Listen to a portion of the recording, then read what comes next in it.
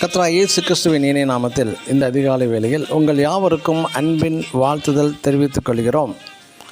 இன்று நாம் தியானத்துக்கு எடுத்துக்கொள்ள இருக்கிறதான வேத வசனம் 1 சாமுவேல் புஸ்தகம் 30ஆம் அதிகாரம் 4ஆம் வசனம். தாவீதும் அவனோடு இருந்த ஜனங்களும் சத்தமிட்டு அழுதார்கள். ஆமேன்.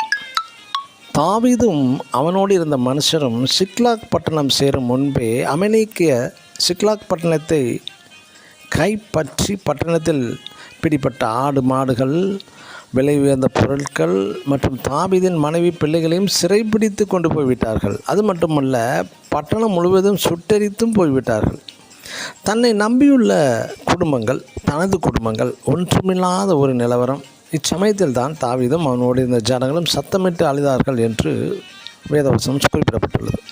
இன்று நம்ம அழுகையை குறித்து தியானிப்போம். அழுகையை சிலர் மனித பலவீனம் என்பார்கள், அது ஒரு கோழைத்தனம் என்பார்கள். ஆனால் தாவீது யார்? ஒரு கோழையா அல்லது பலவீனமான ஆளா? நேருக்கு நேர், எதிருக்கு எதிர் ராட்சத கோலியாத்தை வெட்டி வீழ்த்தியவன், கொடிய மிருகங்களை தனியாகவே நின்று எதிர்த்து கொன்றதான ஒரு மாவீரன் இங்கு ஏன் அழுகிறான்?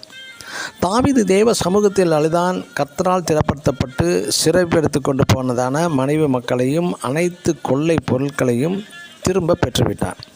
அதேபோல் அன்னாள் தேவ சமூகத்தில் அழுதா. அவளுடைய அழுகைக்கு தேவன் தந்த பதில் என்ன? இஸ்ரேலிலே மிகப்பெரிய ஒரு தீர்க்கதரிசியை அவர் பெற்றுவிட்டாள். இன்று கரோனா மூலமாக பிஸ்னஸ் போய்விட்டதே, நல்ல வேலை போய்விட்டதே, தொழில்கள் பொருளாதார பிரச்சனைகளை தலை தூக்கி நின்று நான் ஒன்றுமில்லாத நிலவரத்துக்கு வந்து விட்டேனே, இனி நான் என்ன செய்ய போகிறேன் என்று பெரிய கவலை வாட்டுகிறதா? கவலையே பட வேண்டாம் பிரியமானவர்களே. எனக்கு அன்பான சகோதர சகோதரிகளே, எழுந்து தேவ சமூகம் சென்று அறையை பூட்டி உங்களது அங்கலாய்க்கிறதான அந்த வேதனையுள்ள கண்ணீரை தேவ சமூகத்தில் ஊற்றுங்கள். உங்கள் கண்ணீர் யாவும் அவர் துருத்தியில் அல்லவா உள்ளது. தேவன் பதில் தரும் நேரம் வந்துவிட்டது. நீங்கள் இழந்த ஆசீர்வாதங்கள் யாவுமே கொள்ளை பொருளாக இரட்டிப்பாக கிடைக்கும் நேரம் வந்துவிட்டது. அதை நீங்களும் உங்கள் குடும்பத்தார் யாவரும் சிநேகிதருக்கும் நீங்கள் பங்கிடுவீர்கள்.